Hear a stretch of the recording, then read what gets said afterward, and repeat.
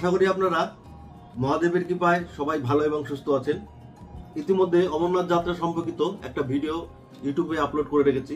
তো সেই ভিডিও থেকে কিছু ইনকোয়ারি আমার কমেন্ট বক্সে এসেছিল। তো সেই সমস্ত কমেন্টেরই উত্তর দেওয়ার জন্য আজকে আমি এই বিষয়ে একটা ভিডিও করছি।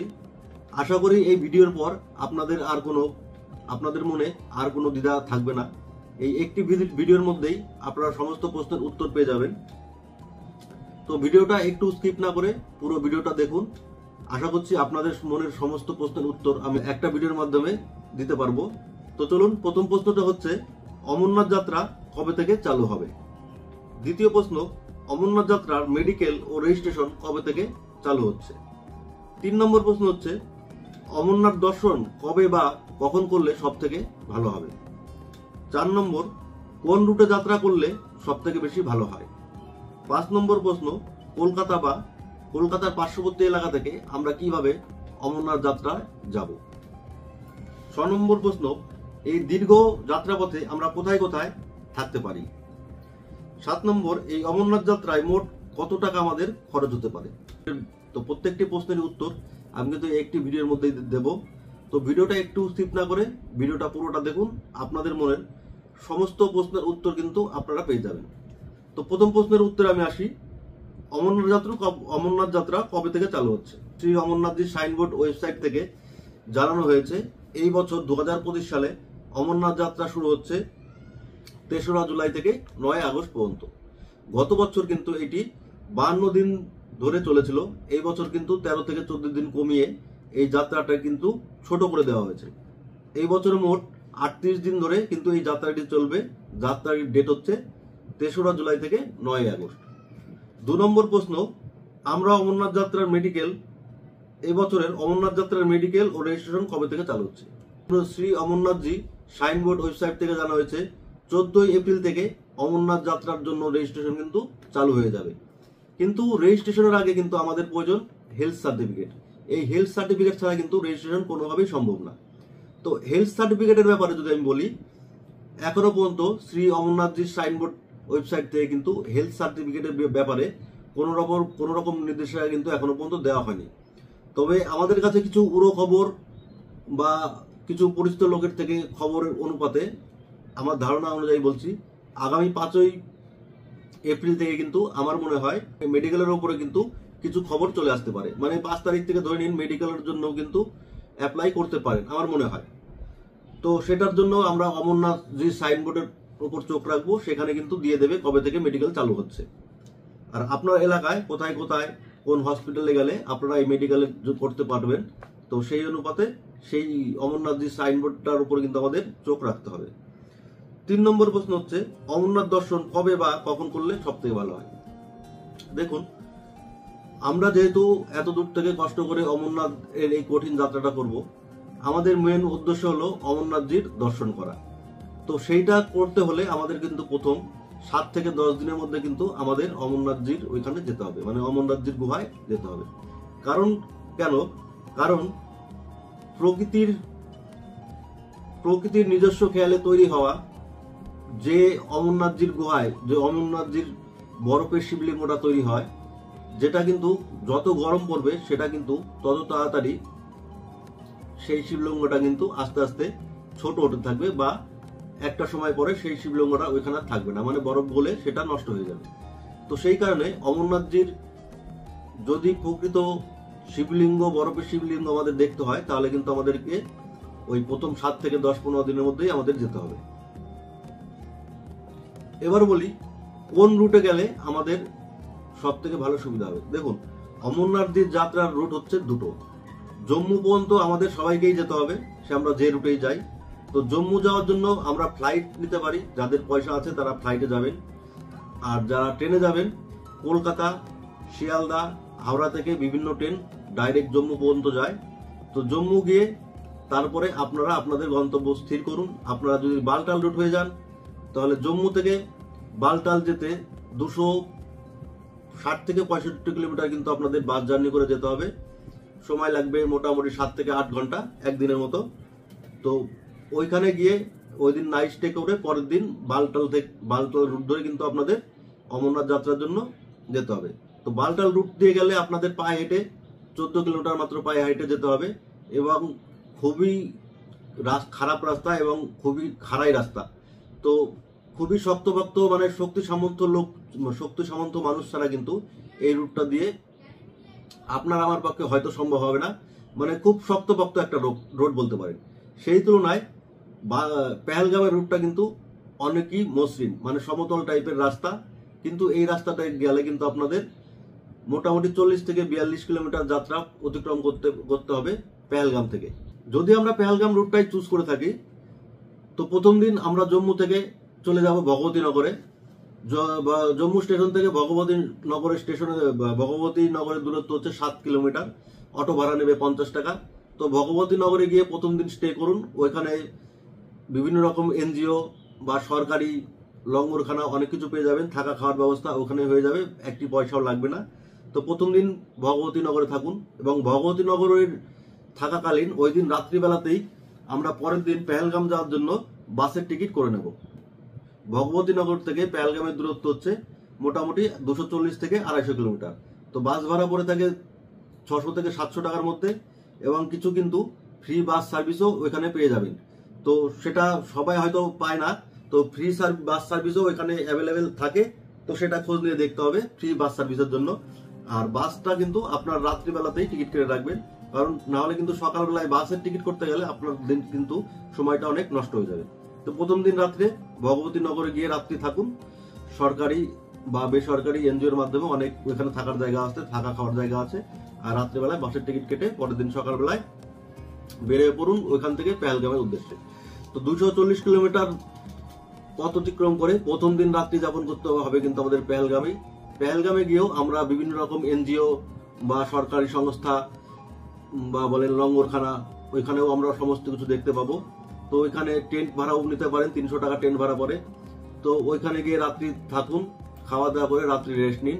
আর ওইখানে গিয়ে কিন্তু আমাদেরকে RFI কার্ডটি করতে হবে। আপনার কিন্তু পেহেলগাম গিয়ে কিন্তু RFI কার্ডটি করে নিতে হবে। তো RFI কার্ড ছাড়া কিন্তু আপনি পেহেলগামের পরে কিন্তু আর যেতে পারবেন না। তো প্রথম দিন রাত্রে পেহেলগাম পৌঁছে রাত্রিবেলা কিন্তু আমরা সবাই ওই RFI কার্ডটি করে নেব। RFI কার্ডটি করতে আমাদের ওই যে রেজিস্ট্রেশন অফলাইনে বা অনলাইনে আমরা রেজিস্ট্রেশনটা করেছিলাম সেটা লাগবে, আধার কার্ড, ছবি, এই সমস্ত কিন্তু লেগে থাকে। তো RFI কার্ডটি হয়ে গেলে রাত্রি খাওয়া দাওয়া করে শুয়ে পড়ব।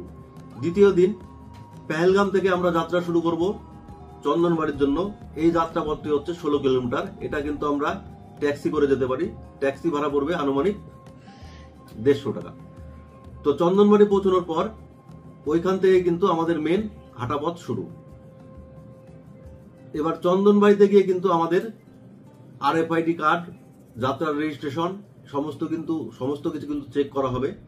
যদি আপনার RFID কার্ড থাকে তবে কিন্তু আপনি চন্দনবাড়ির পরে যাওয়ার অনুমতি পাবেন, না হলে কিন্তু আর ওইখান থেকে আর যেতে পারবেন না। তো RFI কার্ডটি কিন্তু মাস্ট, ওটা লাগবেই লাগবে। তো চন্দনবাড়ি থেকে দ্বিতীয় দিন আমরা যাত্রা শুরু করব।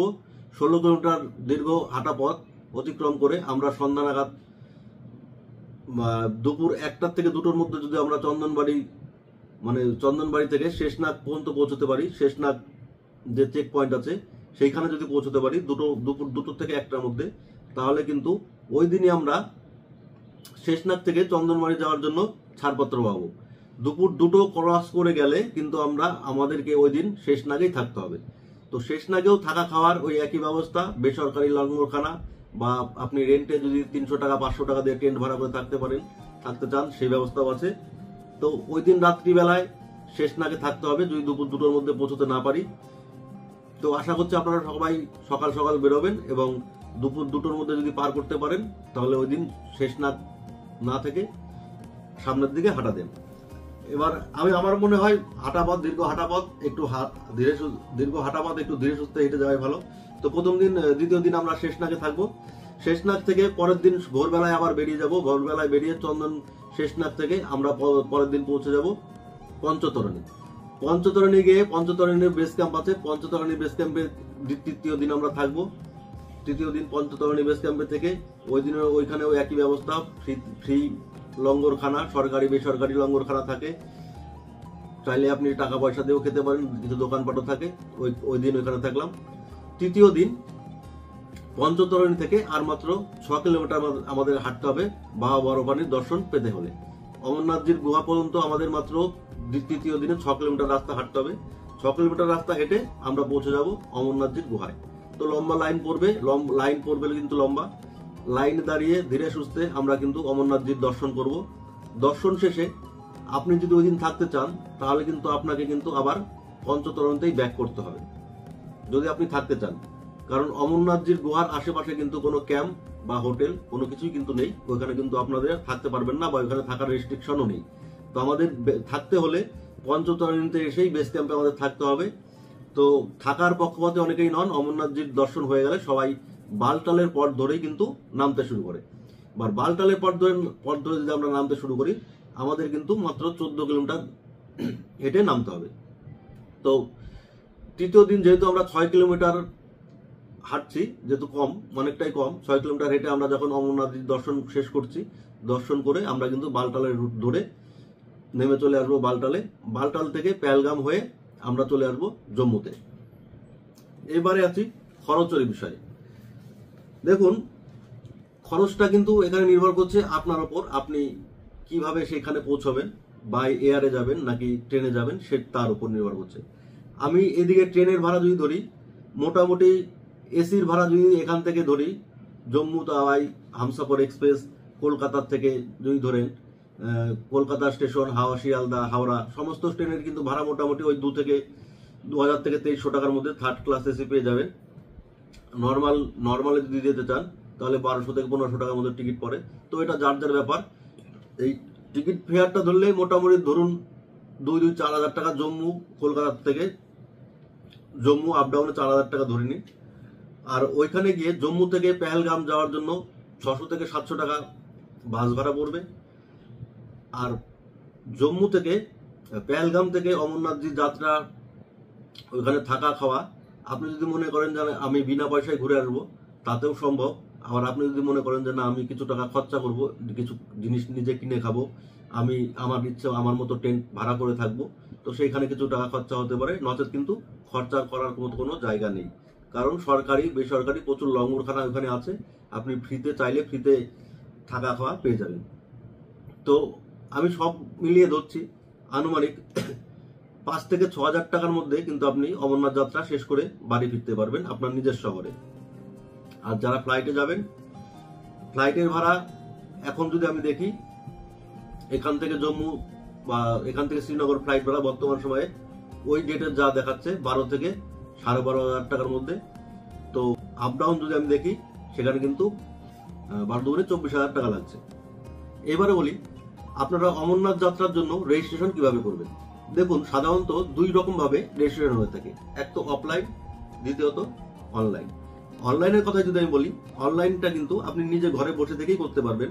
www.শ্রী সাইনবোর্ড ওয়েবসাইটে গিয়ে আপনি আপনার নাম, ঠিকানা, ফোন নম্বর, ইমেল, আরো যে সমস্ত থাকে, পাসপোর্ট, ছবি, আধার কার্ড, সঙ্গে ফি বাবদ যে 250 টাকা কি 150 টাকা যেটা লাগে সেই সমস্ত দিয়ে আপনি ঘরে বসেই ফর্ম ফিল আপ করে নিতে পারবেন ওই ওয়েবসাইটে গিয়ে। আর যারা অফলাইনে করতে চান তাদের জন্য কিন্তু 4টি ব্যাংকের অপশন দেওয়া হয়েছে, সেই 4টি ব্যাংকে গিয়ে আপনি অফলাইনে রেজিস্ট্রেশন করতে পারেন। তো 4টি ব্যাংকের মধ্যে আমি বলে দিচ্ছি কোন কোন ব্যাংক। এক তো হচ্ছে Jammu Kashmir bank, 2 number state bank of India, 3 number Punjab national bank, 4 নম্বর হচ্ছে ইয়েস ব্যাংক। এই সমস্ত ব্যাংকের থেকেও কিন্তু আপনি অফলাইনে রেজিস্ট্রেশন করতে পারবেন। এবার অফলাইন রেজিস্ট্রেশনের জন্য আপনাকে সর্বপ্রথম কিন্তু হেলথ সার্টিফিকেট আগে লাগবে, মানে সবার ক্ষেত্রে, অনলাইনের ক্ষেত্রেও অফলাইনের ক্ষেত্রেও হেলথ সার্টিফিকেটটা কিন্তু আমাদের সব থেকে আগে প্রয়োজন। হেলথ সার্টিফিকেট লাগবে, তার সঙ্গে লাগবে আধার কার্ড অরিজিনাল ও জেরক্স, 3 কপি ছবি, সাথে অবশ্যই রেজিস্ট্রেশন ফি বাবদ 150 থেকে 250 টাকা। এই বছর কত টাকা লাগবে সেটা জানা নেই, হয়তো 150 থেকে 250-এর মধ্যে যা একটা কিছু হবে। এইভাবে অনলাইন বা অফলাইনে আপনার রেজিস্ট্রেশন হয়ে গেলে তবেই কিন্তু আপনারা অমরনাথ যাত্রার জন্য প্রস্তুতি নিন। রেজিস্ট্রেশনের সময় আমাদের কিন্তু আরেকটা জিনিস মাথায় রাখতেই হবে, সেটা হচ্ছে ডেট, কত তারিখে আমরা অমরনাথ যাত্রা করছি, আর হচ্ছে কোন রুটটি দিয়ে আমরা যাত্রা শুরু করছি। তো আমাদের প্রথমে কিন্তু দিতে হবে ডেট, যে ধরুন আমরা জম্মু কত তারিখে পৌঁছচ্ছি, জম্মু থেকে অমরনাথ যাত্রা শেষ করে কত তারিখে আমরা জম্মু ফিরছি, এই ডেটটা কিন্তু আমাদের দিতে হবে। আর একটা জিনিস যেটা হচ্ছে আমরা কোন রুটটা দিয়ে যাত্রা শুরু করছি। আপনি যদি বালটাল রুট সিলেক্ট করেন তাহলে কিন্তু আপনি পেহেলগাম রুট দিয়ে যেতে পারবেন না, আবার যদি পেহেলগাম রুট সিলেক্ট করেন তাহলে কিন্তু বালটাল রুট দিয়ে যেতে পারবেন না।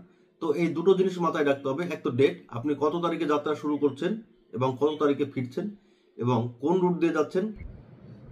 আর একটা কথা বলে রাখি, অফলাইনে আপনি কিন্তু জম্মুতে গিয়েও অফলাইনে রেজিস্ট্রেশন করাতে পারবেন, কিন্তু সেটা কিন্তু সময় সাপেক্ষ বা একটা দুটো দিন আপনার নষ্ট হয়ে যেতে পারে।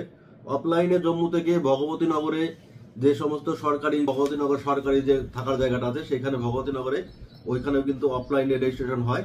সেইখানে গিয়ে রেজিস্ট্রেশন করতে গেলে কিন্তু আপনাদের কিন্তু এক থেকে দুটো দিন নষ্ট হতে পারে, 1 থেকে 2 দিন নষ্ট হতে পারে, কারণ ওইখানে কিন্তু প্রচুর লাইন পড়ে।